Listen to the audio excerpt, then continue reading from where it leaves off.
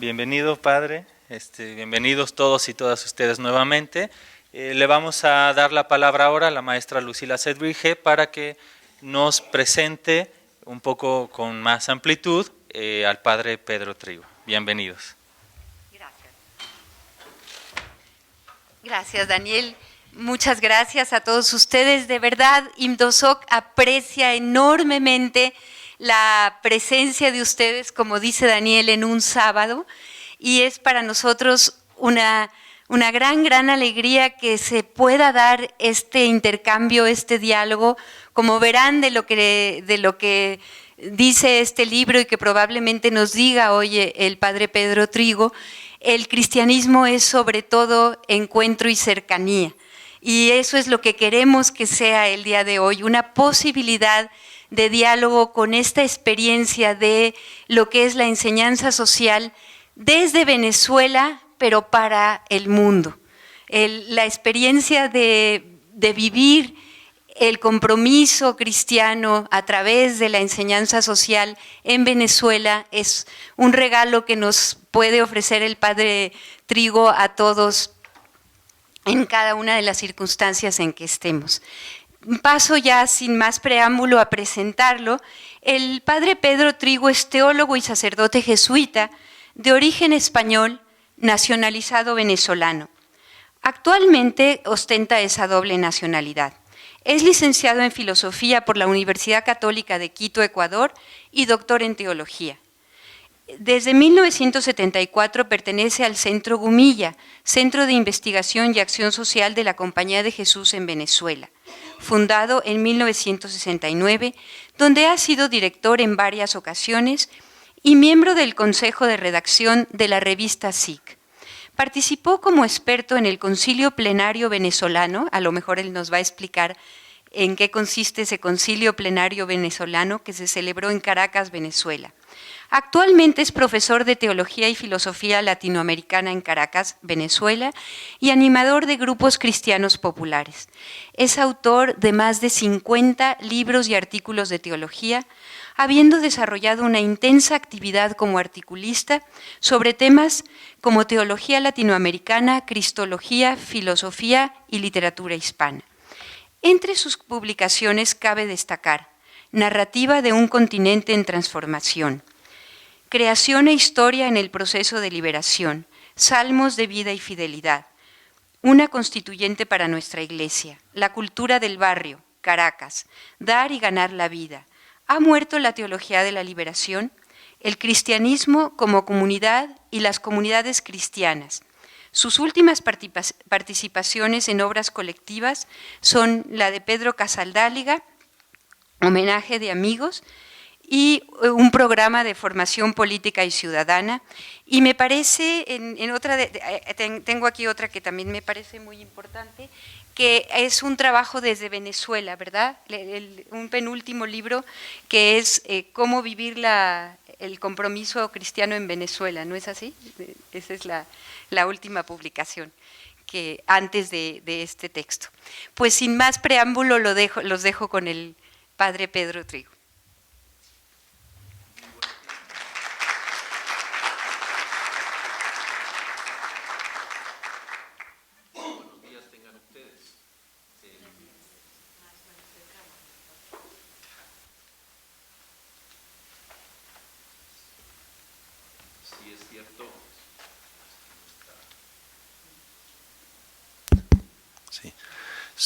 Sí es cierto que un sábado tiene mucho mérito venir acá en vez de el merecido descanso, ¿no? Así que, bueno, me alegro que les interese el tema.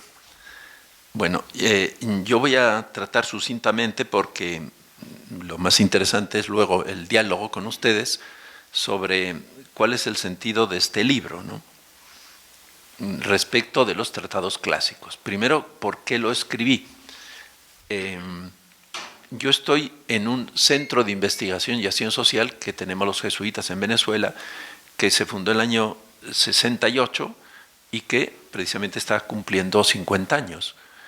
El fundador era el fundador y director de una revista que comienza el año 38, la revista SIC, y él había ido sacando en la revista esquemas de doctrina social de la Iglesia y luego sacó un libro. Entonces, al ser los 50 años, yo quise sacar otro, por eso salió en enero, que fue cuando se conmemoraron los 50 años, donde se hacía ver la continuidad y la discontinuidad. La continuidad está, pues, en el tema, la discontinuidad en el método, porque lo clásico de la doctrina social de la Iglesia era que era doctrina, una doctrina que luego se trataba de aplicar a la realidad, ¿no? Lo característico de nuestro centro y lo que lo ha diferenciado de otros de jesuitas es que nosotros siempre hemos procedido inductivamente. O sea, los artículos y los libros siempre han salido de papeles de trabajo. O sea, en tal barrio te pedían una sobre tal cosa. Se llevaba eso, 2 paginitas de la discusión, salía otra paginita más, luego se discutía otra vez, salía otra paginita más y de ahí salía un artículo. Y luego salía pues un capítulo de un libro y bueno, luego así salía un libro. Pero a lo largo como de mucho tiempo, porque salía de esta manera inductiva, ¿no? Por ejemplo, el último libro que acabo de publicar, que salió en abril, y que curiosísimamente para mí va por la 3ª edición, no me lo puedo creer, ¿no? Que se titula Jesús nuestro hermano, y tiene 573 páginas, por eso me extraña mucho, ¿no? Bueno, pues lo hice como en 20 años, ¿no? O sea, un capítulo era unos ejercicios que yo daba a las comunidades que acompaño, y de ahí se hacía un curso, y luego se hacía la discusión con los colegas teólogos, y bueno, así se iba poco a poco, ¿no? Pero este es este método inductivo, ¿no? Bueno, pues todo esto es así, ¿no? Ha salido inductivamente. Concretamente, me pidieron de una diócesis del oriente venezolano que por qué no daba algo de doctrina social de la Iglesia. Entonces yo fui allí 2 fines de semana y empecé a trabajar algún tema, y al ver que eso ayudaba bastante a la gente, dije, no, pues tengo que seguir haciéndolo, ¿no? Y así fue cuando hice esto, ¿no? Entonces, este es como lo del método, ¿no?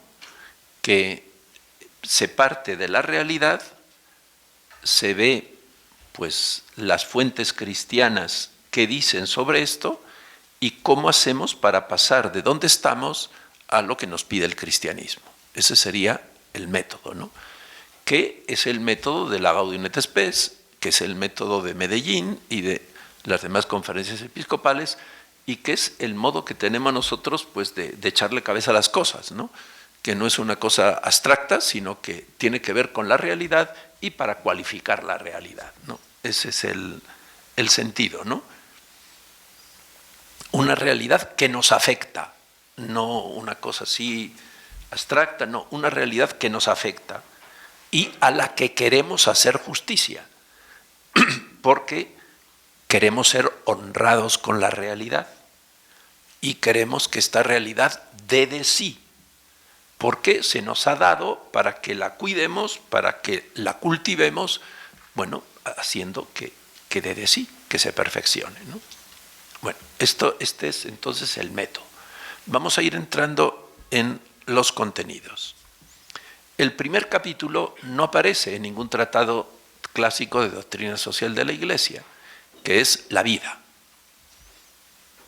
¿Por qué nosotros, bueno, hemos visto que este tiene que ser el primer tema? Porque, bueno, en Venezuela la vida no vale nada. Es decir, uno puede morir por enfermedades de pobres, por desnutrición o porque lo pueden matar en cualquier sitio y siempre va a ser una cosa impune. Según la Fiscalía, hace 2 años, los últimos datos, la Fiscalía reconocía que solo el 5% de los delitos habían ido a tribunales. O sea que a uno le puede pasar cualquier cosa y no pasa nada. Entonces, claro, una cosa espantosa, ¿no? Entonces, si la vida no vale nada y la vida es lo mínimo, que es el máximo don de Dios, pues bueno, pues eso es lo que tenemos que empezar tratando, ¿no? Entonces, por eso el primer capítulo es sobre la vida. Pero también es cierto que a nivel mundial tampoco la vida es tenida como algo sagrado, sino es tenida como un botín que se conquista, que se defiende contra el que sea. A mí me interesa mi vida, ¿no? Entonces, bueno, pues eso no es lo que Dios quiere, ¿no? Y el presupuesto de esto es, les voy a poner como un caso concreto, de la teología de la liberación hubo 2 congresos muy significativos en el Escorial. El primero en el año 72, que fue como la salida a la luz pública de la teología de la liberación. Yo estuve en ese congreso, era el más joven de los teólogos, ¿no? Y por eso, en el que se realizó el año 92, me pidieron que hablara sobre el futuro de la teología de la liberación. Y a los europeos les decepcionó terriblemente. Y por eso, aunque no estaba en el programa, pidieron que hubiera 1 hora a la tarde para seguir debatiendo. Seguimos debatiendo y les siguió decepcionando terriblemente. A la salida me dice John Sobrino, mira chico, aunque hubiéramos estado 1 semana, sería lo mismo. Porque yo he llegado a la conclusión, luego lo escribió y lo dicen bastantes textos, ¿no?, de que la mayor división en la humanidad está entre los que pueden dar por supuesta la vida y se dedican a cualificarla y a disfrutarla, y los que no pueden dar por supuesta la vida y se dedican a vivir. Entonces, ellos te han estado entendiendo desde lo primero, porque no viven lo segundo. Entonces, lo que tú estabas insistiendo, que, para decirlo en la frase de Gustavo Gutiérrez, la fuerza histórica de los pobres, que no se realiza tumbando un gobierno, sino vivir cuando no hay condiciones para vivir y vivir con dignidad y convivir y dar vida de su pobreza, ellos están entendiendo que la cotidianidad es el tiempo libre y por eso le parece que lo que tú estás diciendo es intrascendente. Pero claro, para cualquier pobre la cotidianidad es donde realiza toda su vida, ¿no? No hay como tiempo libre, ¿no? Eso no. Entonces, pues claro, al no tener experiencia de eso, al hablar ellos siempre desde algo que se da por supuesto, no pueden hacerse cargo de aquellos para los que la vida es tratar de vivir, tratar de mantenerse en vida y mantenerse en vida humanamente, no solo sobrevivir. Bueno, este es el sentido de este primer capítulo, que por eso me parece que era imprescindible comenzar por él, porque como decía Monseñor Romero, la vida es lo mínimo que es el máximo don de Dios. Eso decía Romero. Claro, lo decía desde el contacto de él con cantidad de gente privada de medios para vivir. Bueno, esto entonces es como lo primero, ¿no? Y claro, ¿cuál es la perspectiva? Que para nosotros la vida no es un botín que se conquista y que se defiende a toda costa, sino es don en primer lugar de nuestros papás. O sea que nosotros hemos recibido la vida como don, y don en todo caso de Dios. Entonces es totalmente distinto entender la vida como un botín que yo conquisto a entenderla como un don que yo he recibido para echarla adelante. Bueno, pues esa es la perspectiva desde la que nosotros tratamos de la vida. Entonces, claro, si es un don que todos hemos recibido porque todos comenzamos siendo hijos, pues tenemos que entender la vida como algo sagrado que se nos ha dado, ¿no? Bueno, ese es el sentido de este primer tema, que es tan importante. El segundo tema, dedico 3 capítulos a la persona. La persona sí ha entrado siempre en la doctrina social de la Iglesia, pero con un significado distinto del que yo le doy, porque en general en los tratados siempre se remiten a Boecio. La definición de Boecio de persona es una definición, pues, siguiendo a Aristóteles. Persona, en esa definición, equivale a individuo. Entonces, ¿qué insisto yo? Que no es así, que el ser humano tiene que ser abordado desde tres perspectivas. Es un individuo. Indivisus, no me puedo dividir más, yo soy el que soy. Y por eso yo, pues, tengo que tener soledad, silencio, y desde allí, desde esto que soy yo como individuo, me relaciono con los demás. O sea que esta es una primera dimensión que es fundamental y que no suele estar considerada, porque lo que dice el orden establecido de individualismo no hace justicia a lo que es el individuo. La modernidad destaca mucho el segundo aspecto, que es sujeto. Yo soy sujeto agente, en ese sentido la modernidad, sujeto agente. Y por tanto también soy responsable de mis actos, en el doble sentido de que se me deben atribuir a mí y de que yo me hago responsable de si la cosa está mal, pues yo soy el responsable, ¿no? Pero persona es otra dimensión distinta. Y es una dimensión que ordinariamente los cristianos no hemos considerado. Y esto es algo como muy increíble. Bueno, en los últimos escritos sí aparece eso, pero en los últimos, ¿no?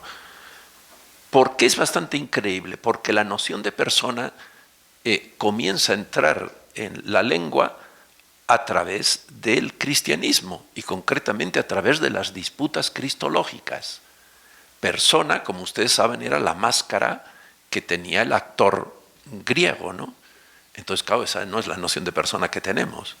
Se tomó esa palabra, pero es en las relaciones, primero, de Jesús con Dios. Bueno, pues, ¿qué son las personas?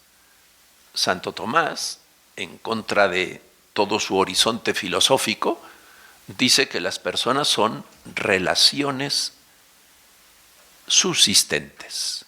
Fíjense, ¿no? Esto es lo que más tenemos que cambiar de chip.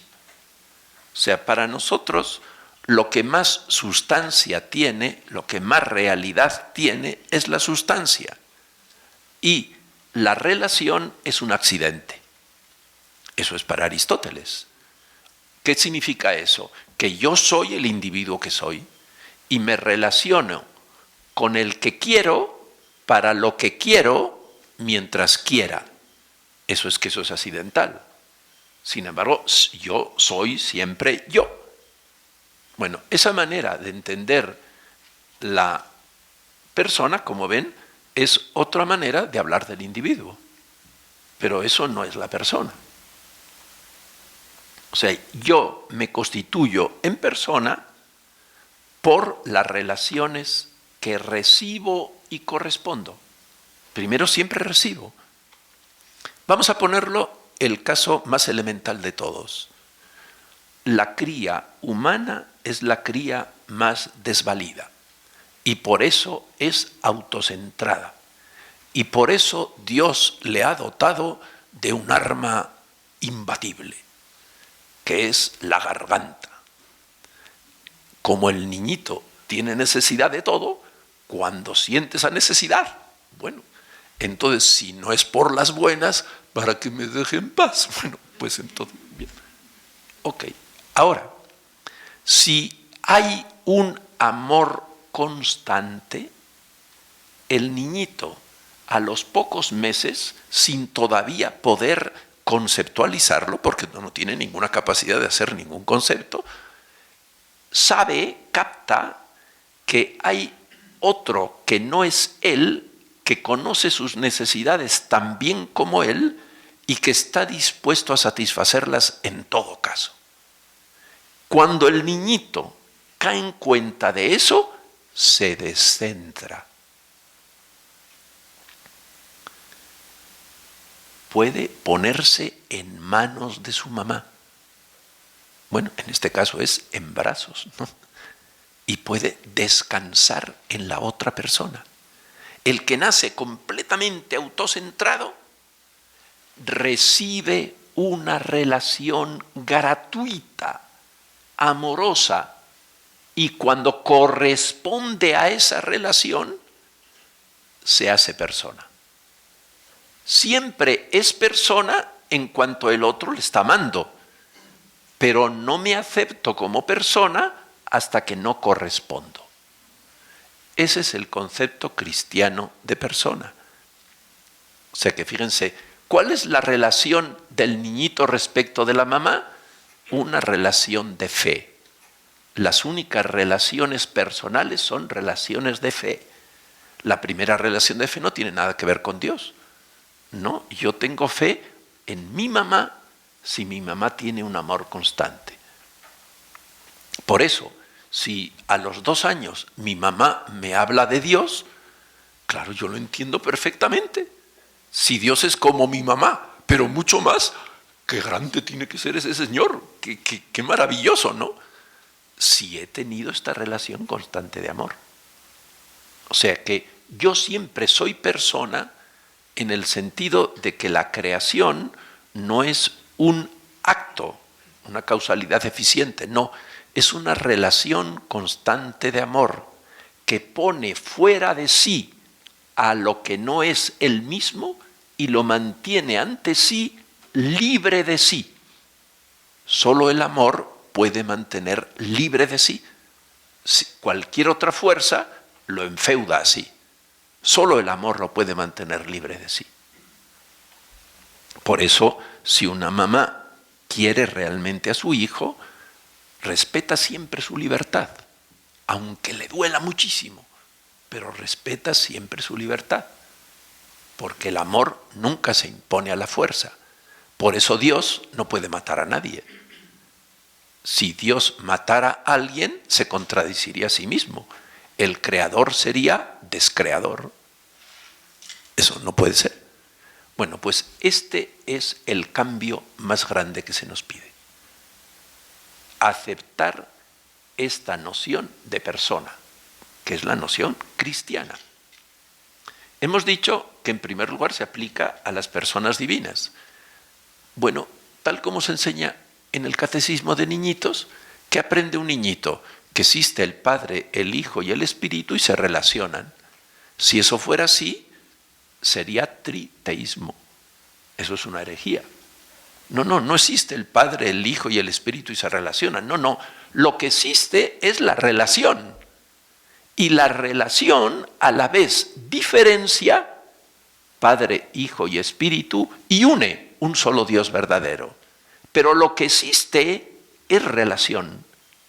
Fíjense, este es el punto.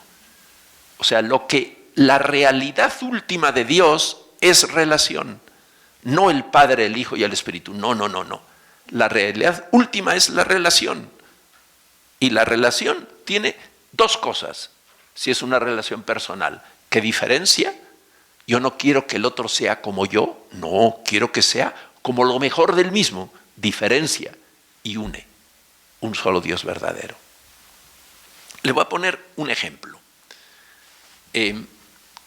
Durante mucho tiempo, cuando nos reuníamos los jesuitas en Venezuela, un compañero siempre decía, la mejor comunidad de la provincia es la nuestra. Porque yo hablo, Micheo piensa y Martín trabaja. De buenas a primeras eso parece absurdo, ¿no? Pero tenía muchísimo sentido, porque ellos estuvieron durante 30 años trabajando con cooperativas. Eran cooperativas cafetaleras. Llegó a haber hasta 2.000 socios, ¿no? Entonces, claro, en la cooperativa todo se decide hablando. Y ellos además eran el comité de educación, o sea que se la pasaban así. Y este tipo hablaba maravillosamente bien. Uno le oía el mismo cuento 10 veces y las 10 veces se quedaba así, o sea que hablaba muy bien. Por eso él decía, yo hablo. Ahora decía, si Micheo no piensa, yo digo tonterías. Entonces eso es gravísimo. Entonces yo necesito que Micheo piense. ¿No ven? La diferencia. O sea, para mí, Micheo tiene que ser distinto de mí. Y mi riqueza es que Micheo piense. ¿No ven? Ahora, si Micheo piensa, yo hablo, se deciden las cosas maravillosamente, pero Martín no trabaja, no puede ser. Porque hay que hacer despulpadoras, trilladoras, tostadoras, galpones, de todo. Entonces, ¿qué quiere decir? Que Martín tiene que trabajar, si no la cosa no funciona. ¿No ven? Naturalmente que los tres hacían de todo, es obvio, ¿no? Pero me parece que está muy bien dicho para explicar lo que estamos diciendo nosotros.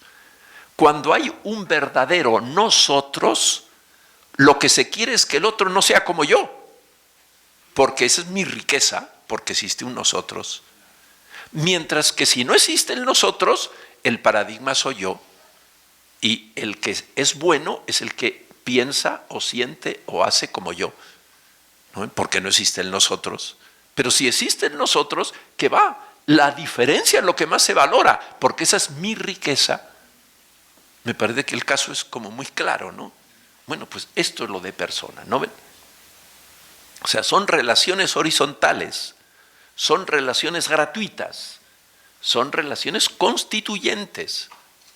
Si yo soy persona, soy en relación, en relación. Sin la relación no soy persona. Claro, no hay cosa más opuesta al orden establecido que esto, porque el orden establecido es lo que hemos dicho. Yo solo me relaciono con el que quiero, para lo que quiero y mientras quiera. De esa misma manera se ve el matrimonio. ¿Usted quiere a fulanito de tal? Sí, pero ¿qué es lo que se pone entre paréntesis? Mientras lo siga queriendo. No, sí, no. Sí, mientras, ¿no ven? O sea, es un sí condicional. ¿Se ve el punto? O sea, ¿qué quiere decir que no hay matrimonio? En el concilio que hicimos en Venezuela, que fue desde el año 2000 al 2005, el tema de la familia se tocó 3 años seguidos. Y en el último año, bueno, todo se tenía, era una unión de grupos y plenaria. En mi grupo, que éramos 18, había 6 obispos y entre ellos el cardenal. Y entonces ya en la última vez, estamos ya discutiendo, eran ya 3 años, le dije, mire, es que el problema es que usted no cree en el sacramento del matrimonio. Claro, se quedaron como muy, oye chico, ¿cómo tú nos dices eso, no? Y le digo, bueno, yo voy a dar la razón. Ustedes saben que el 80% de los matrimonios que se celebran en la iglesia son inválidos. Y sin embargo, ustedes lo celebran. ¿Qué significa eso? Que no les interesa el sacramento. ¿Por qué son inválidos? La mayoría porque el sí es incondicional. Y algunos que el sí, es condicional. Y algunos que el sí es incondicional, no hay sujeto para sostenerlo. O sea, yo digo sí para siempre, pero no tengo esa capacidad para disponer de mí. Entonces, el sí es ilusorio. Aquí no es que sea condicionado, sino que es ilusorio, porque no tengo capacidad para decir que sí. Entonces uno dice, no estoy de acuerdo, que fue el que fue hasta ahorita presidente de la conferencia episcopal. Y le digo, ok, ¿por qué no estás de acuerdo? ¿Qué dices tú? Y dice, no, yo creo que es un 70%. Bueno, como ven ustedes. O sea, ¿qué significa eso? Que la mayor parte de los que están casados no forman un nosotros. ¿No ven? Ese es el problema, ¿no ven? O sea que esto es algo como muy importante, y de lo que más tenemos que cambiar de chip, porque no solamente no está en el orden establecido, sino que desgraciadísimamente tampoco dentro del cristianismo se dice. Ya digo que últimamente sí, desde el Papa anterior, que ya habló de esto, hasta el Papa actual, que siempre está hablando de esto, hasta ya la última gente que escribe sí habla de esto, pero antes no. Antes decir persona equivalía a decir individuo. O sea que la persona se constituye por relaciones que son incondicionales, que son gratuitas, que son horizontales. Bueno, como ven, esta es la novedad, yo creo, más inasimilada y sin embargo más decisiva del cristianismo. Bueno, por esa razón, ¿en qué sentido nosotros somos imágenes de Dios? En cuanto tenemos este tipo de relaciones, ¿no? Este es el punto. Y eso es lo que dice Jesús del matrimonio. Serán los dos una sola carne. Eso no se refiere ante todo al acto sexual, no. Se refiere a la constitución de nosotros. ¿No ven? Este es el punto. Bueno, me he extendido porque sí me parece que es como muy importante, ¿no?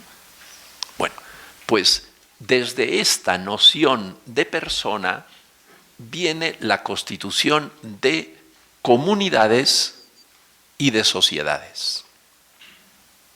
O sea, si la persona es persona y se desarrolla, hace comunidades y hace asociaciones hasta la sociedad. Este es la insistencia que muchas veces no está tan clara, ¿no? ¿Por qué? Pues por lo que hemos dicho, que tienen que constituir un nosotros. Y que si no se constituye un nosotros, no hay comunidad, no hay asociación. Vamos a poner el caso de Venezuela, que me parece que es el caso en general de América Latina. Existían comunidades tradicionales, que eran comunidades que estaban todas programadas, en las que el individuo no tenía mucho poder de decisión. Las cosas estaban hechas, así se ha hecho siempre, usted tiene que seguir esto. Entonces, la gente que tenía una individualidad más desarrollada se va a la ciudad. No se va a la ciudad solo porque hay mejores medios de vida, sino para buscarse a sí mismo, porque para mí es estrecho definirme como un miembro de una colectividad tradicional. Esto mismo que pasaba en los caseríos, pasaba en las familias. Una familia criolla, en el sentido estricto, en nuestro caso, español-americano, era una comunidad, pero era una comunidad asimétrica. El que mandaba era el padre, la esposa era la reina de la casa, fuera no, era la reina, pero de la casa, fuera nada. Y los hijos eran los que tenían que obedecer, punto. Como ven ustedes, es comunidad, sí, era verdadera comunidad, pero asimétrica. No una comunidad personalizadora, no, asimétrica. Esto era malo para el padre, esto era malo para la esposa y para los hijos. Entonces, ¿qué pasa? Que la modernización en América Latina, conforme va avanzando el siglo XX, es eso, no podemos ni queremos vivir en esas comunidades tradicionales y queremos como estrenar nuestra libertad individual, que en el mejor de los casos tratará de ser como muy constructiva, sí, pero somos individuos. El caso que me parece mejor es el de los barrios. Lo fundamental de la cultura del barrio es la convivialidad. O sea que, ¿qué significa? Que yo estoy abierto en principio a todos y que yo quiero relacionarme en presencia de todos y con todos, pero yo soy yo y usted es usted. Por eso, cuando viene lo de la santificación del hogar a un sitio, yo digo, no, ustedes no tienen derecho a casar a esos señores. ¿Por qué? Porque se echa a perder. Que suele decir lo que suele decir el varón. No nos casamos porque si no ella se echa a perder. ¿Qué significa que se echa a perder? Que como no existe para ella ni para él la idea de un nosotros, al no tener que convalidar todos los días querer estar con el otro, claro, se echa a perder. Porque como ya estoy casado. No puedo estar casado, es inválido si no hemos llegado a la idea de nosotros. Yo he presenciado muchas veces en comunidades de base cuando una persona decía, bueno, es que nosotros, y se quedaba así, porque era la primera vez que decía nosotros no con un sentido diacrítico, es decir, nosotros para distinguirnos de los otros, eso sí, eso siempre se ha utilizado, ¿no? Sino nosotros como esta comunidad. La gente se quedaba tan extrañada de que yo haya dicho esto que en general añadían, claro, es que ustedes son mi verdadera familia. Eso no significa que ellos no se quisieran en su familia, sí, sino que caen en cuenta de que la familia no era un nosotros y que por primera vez la persona ha llegado a la constitución de un nosotros. O sea que esto es una novedad histórica y que me parece que por eso, si no nos hacemos cargo de que esta tiene que ser una meta, podemos vivir toda nuestra vida ajustándonos, en el mejor de los casos. O sea, yo quiero estar con usted, yo quiero que usted esté conmigo, yo quiero que dure para toda la vida, pero yo soy yo y usted es usted, ¿no ven? No hay un nosotros. Pasar de eso a un nosotros no es tan fácil, ¿no? En ese sentido, yo me acuerdo de que en los años 80, que yo estaba de director del Centro Gumilla, tuve una serie de entrevistas por televisión y siempre me acaban diciendo en la mitad de la entrevista, oiga, mire, yo le estoy preguntando a usted, y usted siempre dice nosotros. Si le estoy preguntando a usted, ¿por qué dice nosotros? ¿No ven? Bueno, pues porque estábamos viviendo en una comunidad que era a la vez un equipo de trabajo y siempre estábamos en esto, ¿no? O sea, cuando salíamos a descansar, siempre estábamos en eso. O sea, realmente éramos un nosotros y por eso los que formamos esa comunidad siempre nos hayamos ido a un sitio tras otro, nos seguimos considerando hermanazo querido, que decimos en Venezuela, ¿no? Bueno, ¿por qué? Pues porque realmente era cierto que eso era así. Para poner un caso muy concreto, ¿cuál es el editorial de la revista Próxima? Yo decía, a mí me parece que tendríamos que hacer sobre esto, por esto y por eso y por esto. Decía otro, no, me parece que tiene sobre esta otra cosa. Bueno, se decidía que era lo otro.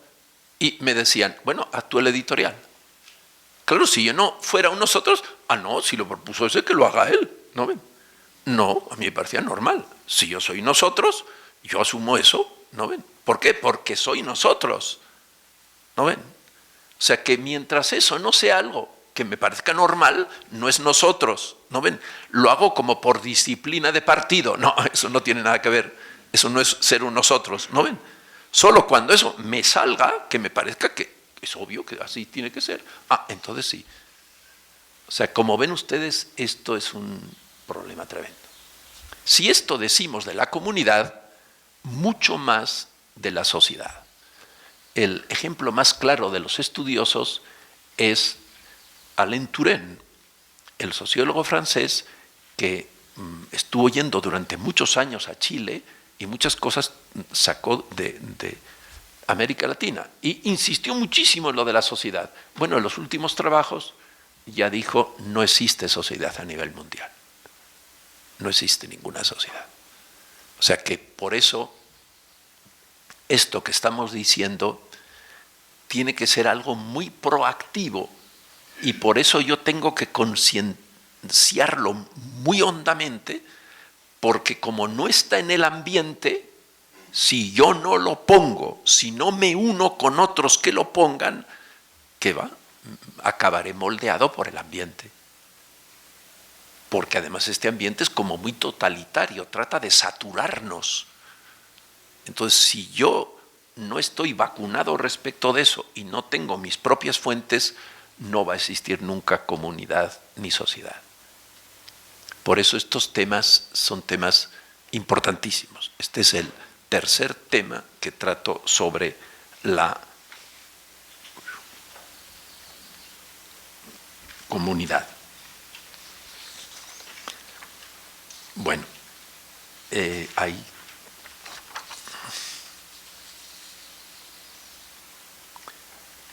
cristianamente hablando, ¿por qué esto es algo para nosotros fundamental? Bueno, pues porque Jesús se define como nosotros. Fíjense, lo fundamental para entender a Jesús es el bautismo. Recuerden ustedes, el bautismo de Juan es un bautismo de penitencia para perdón de los pecados. Según Lucas, Jesús se bautizó en un bautismo de masas, es decir, estaban en la cola. Jesús estaba en la cola. El que le tocaba llegaba hasta el centro del río, donde estaba Juan. El cuarto evangelio dice que era un sitio donde había mucha agua. Vamos a poner que le llegara hasta aquí. El otro, que se emparejaba con Juan, confesaba los pecados. Cuando confesaba los pecados, Juan lo agarraba por la cabeza y lo metía al agua. Cuando no hacía glu glu, lo sacaba. No hacía falta que nadie explicara nada. El que había muerto era el pecador. El que salía del río era el que había confesado sus pecados y quería vivir de una manera nueva. Una cosa clarísima, ¿no? Bueno, ¿qué pasa? Que le toca el turno a Jesús.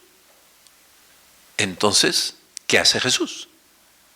Bueno, Jesús confiesa los pecados en primera persona. ¿Jesús puede decir, Padre, perdóname? No. Entonces, ¿cómo confiesa los pecados en primera persona? Porque además de la primera persona de singular, existe la primera persona de plural. ¿Por qué Jesús pudo decir y dijo, perdónanos? ¿Y por qué lo dijo con más dolor que todos los pecadores juntos de la historia? Porque en su corazón estaba en el centro su Padre y estábamos realmente todos nosotros que no hacemos lo del Padre. Y por eso, ¿cómo tenía Jesús el corazón? Desgarrado. Porque no nos echaba. No, si usted se porta como mi papá, lo admito. No, incondicionalmente. Por eso,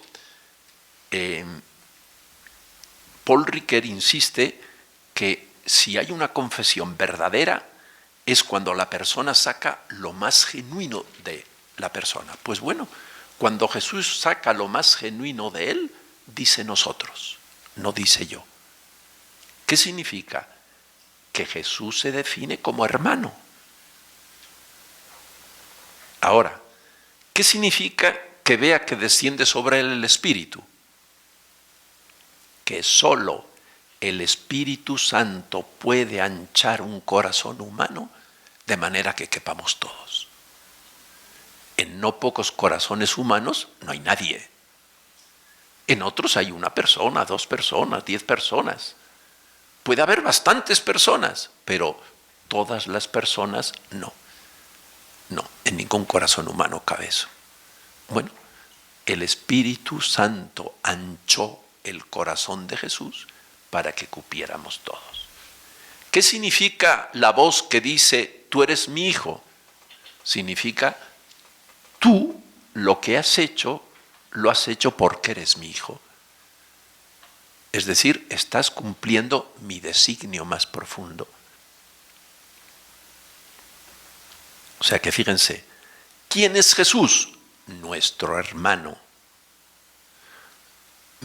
Lo del bautismo culmina en la cruz y por eso muere llevándonos a todos en su corazón y nuevamente pidiendo perdón por los que lo condenaron y los que lo están asesinando.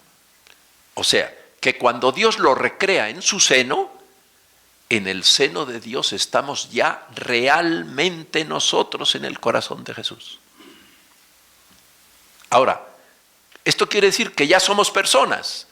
Somos personas por Jesús, pero todavía lo tenemos que aceptar. Porque siempre, lo que hemos insistido, el otro me quiere, se adelanta a llevarnos en su corazón, pero no me sustituye. Como me quiere, no me sustituye. Por eso, ¿qué es lo que Jesús quiere como acabe cada encuentro? Tu fe te ha salvado, vete en paz.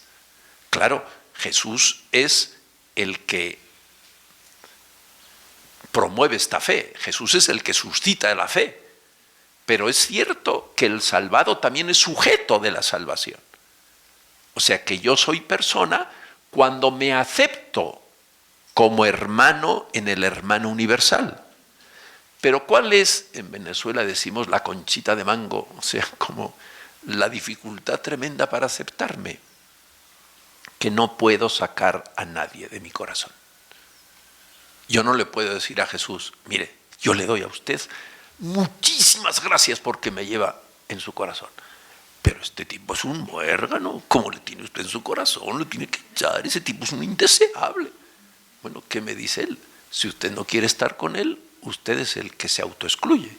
Yo no le puedo excluir, pero así como le tengo a usted, le tengo al otro. O sea que si yo excluyo a alguien de mi corazón, me autoexcluyo del corazón de Jesús. Esto es lo que... Por eso, cuando estaba viendo Chávez, yo siempre decía, es muy fácil saber si alguien en Venezuela es cristiano. Si usted es antichavista y no pide todos los días a Dios por Chávez para que acierte según lo que es acertar para Dios, no es cristiano.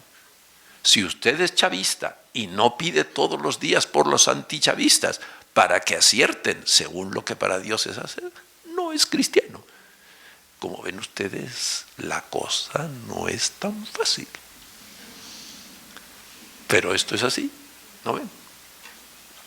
Este es el asunto, esto es lo de ser persona, esto es lo de ser nosotros, tanto como comunidad como sociedad. Lo de comunidad, ¿por qué? Pues porque el reino de Dios es la comunidad para siempre de todos. ¿No ven? O sea que está comunitarizado, es una multitud incontable, pero tendremos acceso a todos cuando seamos transformados. Bueno, lo de la sociedad ya veremos un poco después, ¿no? Bueno, lo que pasa es que vamos a saltarnos lo del orden establecido, lo de la solidaridad, lo de la subsidiariedad, y vamos con algo nuevo que es la cultura de la democracia. Esto también es nuevo. O sea, la cultura de la democracia es un modo de relacionarnos que debe estar presente tanto en la convivencia como en las comunidades y sociedades, como en la sociedad, para que sean humanizadoras. Solo si se cultiva asiduamente la cultura de la democracia, hasta dar el tono a nuestras relaciones y moldearnos como personas, será posible la democracia política. Bueno, yo pongo ahí 8 pasos de la cultura de la democracia. Primer paso, expresarse. ¿Qué es expresarse? Exponerse, sacar fuera de uno lo que uno tiene dentro. Ahora, exponerse es muy expuesto, porque yo entonces estoy en manos de los demás. Por eso yo tiendo a guardarme lo que yo sé como una ventaja sobre los demás. Por eso, si yo estoy en un grupo y no me expreso y lo que se concluye resultó mal y yo digo, ya me parecía a mí, por eso yo no dije nada, eso es una deslealtad absoluta. Usted lo tenía que haber dicho. Y si no ha dicho nada, no tiene ningún derecho a criticar luego. Bueno, esto de expresarse, como ven ustedes, esta es la principal dificultad. Yo tengo que tener fe en los demás para expresarme. Ahora, existe una variante de esto, que es el narcisismo posmodernista. Y yo me expreso, bueno, pues para hablar de mí, en fin, y después de haber expresado, ya no me interesa nada lo que diga nadie, porque yo ya me expresé. Eso no tiene nada que ver con lo que estamos diciendo. Bueno, el grado mínimo de pertenencia al grupo es expresarme. Eso es lo mínimo, ¿no? Bueno, si Jesús es la palabra de Dios, el expresarse no puede ser de cualquier manera, ¿no? Yo me tengo que expresar con una voluntad de realidad, de verdad, de tener en cuenta a los otros. Como ven, ¿no? No es cualquier cosa. Segundo paso, escuchar. Ya hemos dicho, un posmoderno habla, pero no escucha. Yo me escucho a mí mismo, que viene hablado, pero no escucho a los demás. Escuchar, solo puedo escuchar al otro si acepto que el otro tiene algo que decirme. Ahora, si yo me entiendo a mí mismo como que yo soy el que soy y los demás no son, no les voy a escuchar. Voy a hacer como que les escucho. Muy bien. No, pero no les escucho. O sea que escuchar se basa en la fe que yo les doy a los otros. Y por eso, ¿qué es escuchar? Descentrarme. ¿Qué resulta si todos nos descentramos? La imagen del Papa, que es, muy buena. Una sociedad o una comunidad policéntrica, poliédrica, dice él, ¿no? Poliédrica. Tiene muchos centros, ¿no ven? Bueno, esto es lo fundamental. Ahora, como ven ustedes, ¿quién es un cristiano? Un oyente de la palabra. Si yo soy un oyente de la palabra, no puedo no escuchar, no puedo encerrarme en mí y en lo mío, ¿no ven? Esto es fundamentalísimo. Tercero, el diálogo. El diálogo primero, a ver si he entendido bien. Usted ha querido decir esto y esto, porque yo esto lo he entendido así. ¿Usted lo ha querido decir así? Bueno, primero hacerme cargo de lo que dice cada uno y luego decir lo que a cada uno le parece de lo que se ha dicho. Yo estoy muy de acuerdo con esto y con esto y con esto. Esto no lo acabo de ver y esto me parece mal. ¿Qué hay que decir? Que entre nosotros en América Latina lo último es muy difícil. Esto me parece mal, parece de una deslealtad. Y sin embargo, ¿qué es? No decirlo es una falta de respeto. Es considerar usted como no tiene capacidad para hacerse cargo de las cosas, yo me callo. ¿Pero por qué? Porque usted es un pobre hombre que no aguanta que se le diga nada. Eso es desprecio del otro. Si yo tengo respeto del otro, lo tengo que decir. Bueno, como ven ustedes, esto del diálogo no se puede dar por supuesto entre nosotros. Ni en la familia, ni en la familia. Muchas veces a la mamá le parece mal una cosa, pero se la calla siempre. Llorará en silencio, pero se la calla. Pues no llore y dígalo. Bueno, pues no. Bueno, pues no ven. Esto no puede ser. Bueno. Cuarto. Decidir. O sea, hemos visto esto, esto y esto. Entonces, como grupo, ¿qué decidimos? Esto. Si no se decide, y si yo no acepto lo que se decide, es que no hay un nosotros. Solamente hay cambios de opiniones, pero no hay un nosotros.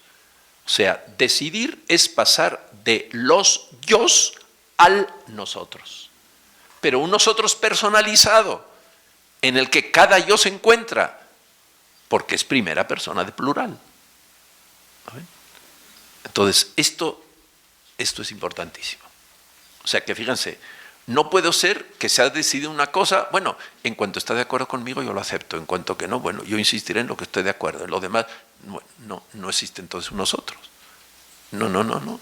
Yo tengo que aceptarlo como algo mío, porque yo soy nosotros. No soy solo yo, soy nosotros. Este es el punto. Bueno.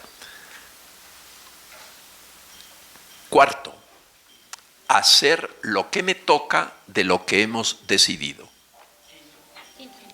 Quinto, sí. Hacer lo que me toca de lo que hemos decidido. ¿Esto qué es? Una muestra de responsabilidad, de que realmente yo estoy dentro del grupo y asumo mi responsabilidad. Porque es muy bonito que como yo soy el que sé, yo hablo todo lo que tengo que hablar, yo soy el que se decide, pero luego se recarga todo en el pobre Bueno, eso no puede ser. Y sin embargo hay la tendencia de recargarse en uno o en unos pocos. Bueno, eso no puede ser. Eso es ser un adolescente. Que yo hablo, pero que luego me lo haga todo mi mamá. No, eso no puede ser. Yo tengo que asumir mi responsabilidad, ¿no? Este punto también dista mucho que desear, ¿no? Muchas veces no hacemos eso. Y eso es pues un problema pues como serio, ¿no? Como serio.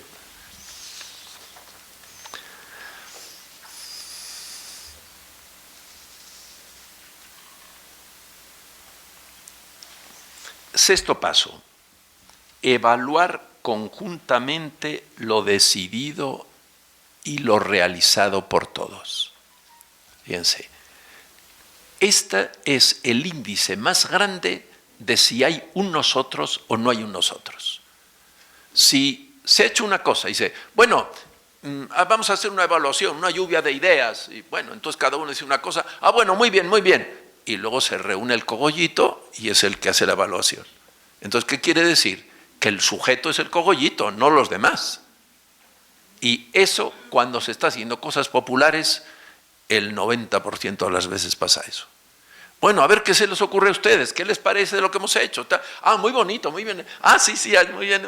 Bueno, cuando se van todos, ok, ahora los capos, vamos a hacer la verdadera evaluación y aquí sacamos las consecuencias. Bueno, ¿eso qué quiere decir? Que los otros no son sujetos, así de sencillo. Y esto pasa muchas veces así. Séptimo punto.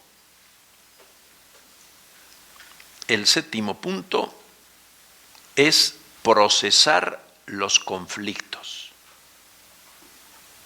Procesar los conflictos.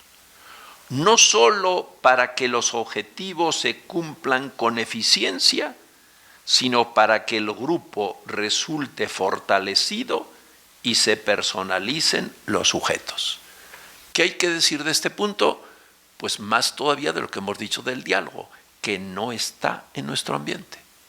En nuestro ambiente está que yo me aguanto hasta que reviento. Y entonces me voy. O el grupo se divide o lo que sea. Pero mientras tanto, ahí Jalisco no te rajes. Bueno, pues no puede ser. No puede ser. Yo no puedo estar en eso. ¿No ven? Yo tengo que hablar. Pero tengo que hablar no solo para desahogarme, sino tengo que hablar constructivamente. Tengo que hablar constructivamente, este es el punto. De manera que quede claro aquello que estamos tratando, pero que también se edifiquen los que están tratándolo. O sea que tengo que tener siempre en cuenta a lo tratado y a los que lo tratan. Por eso, para solucionar los conflictos, tengo siempre que invocar al horizonte que nos convoca. Un horizonte trascendente. Solo desde ese horizonte trascendente yo puedo decir, mira, ¿no ves que esto no va ahí? Entonces no es que a mí no me parezca, sino que no ven, no. Bueno, esto es un aspecto que me parece fundamentalísimo.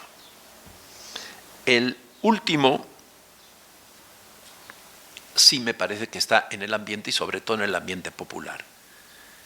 El octavo es celebrar los logros y la vida compartida.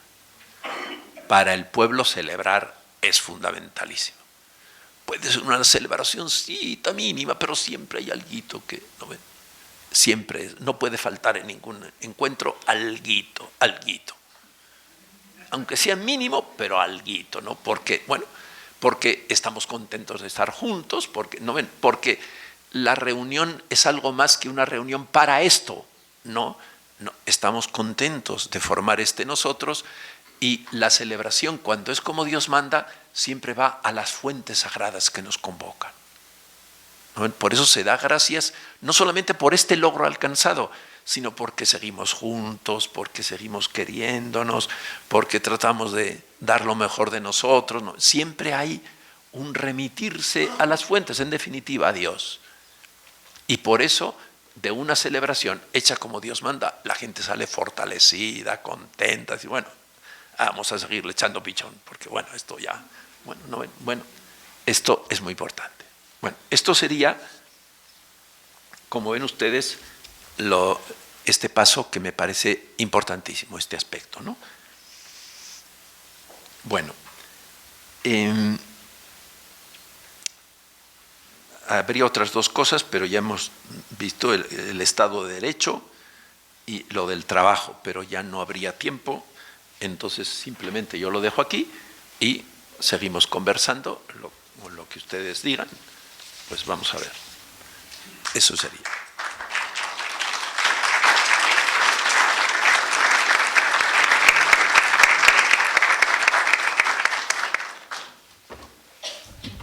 Pedro, pues muchísimas gracias. Nos has dado realmente las posibilidades de cómo se vive esta enseñanza social desde dentro de lo que es ser persona, desde dentro de las posibilidades que es formar una comunidad democrática sin la cual no puede haber, me estaba yo dando cuenta, no podemos hablar de un pensamiento, una doctrina social. Como bien lo dice, se quedaron muchísimas cosas en el tintero, pero lo bueno es que mucho del tintero lo tendrán en el libro que todos se llevan y les recomiendo muchísimo leerlos. Los dejo para que puedan tener una oportunidad de acercarse a algunos de ustedes con el padre. Solo te entrega el Instituto de Doctrina Social Cristiana esta constancia por tu destacada participación en la presentación del libro La enseñanza social de la Iglesia, alternativa superadora de la situación. Muchas gracias.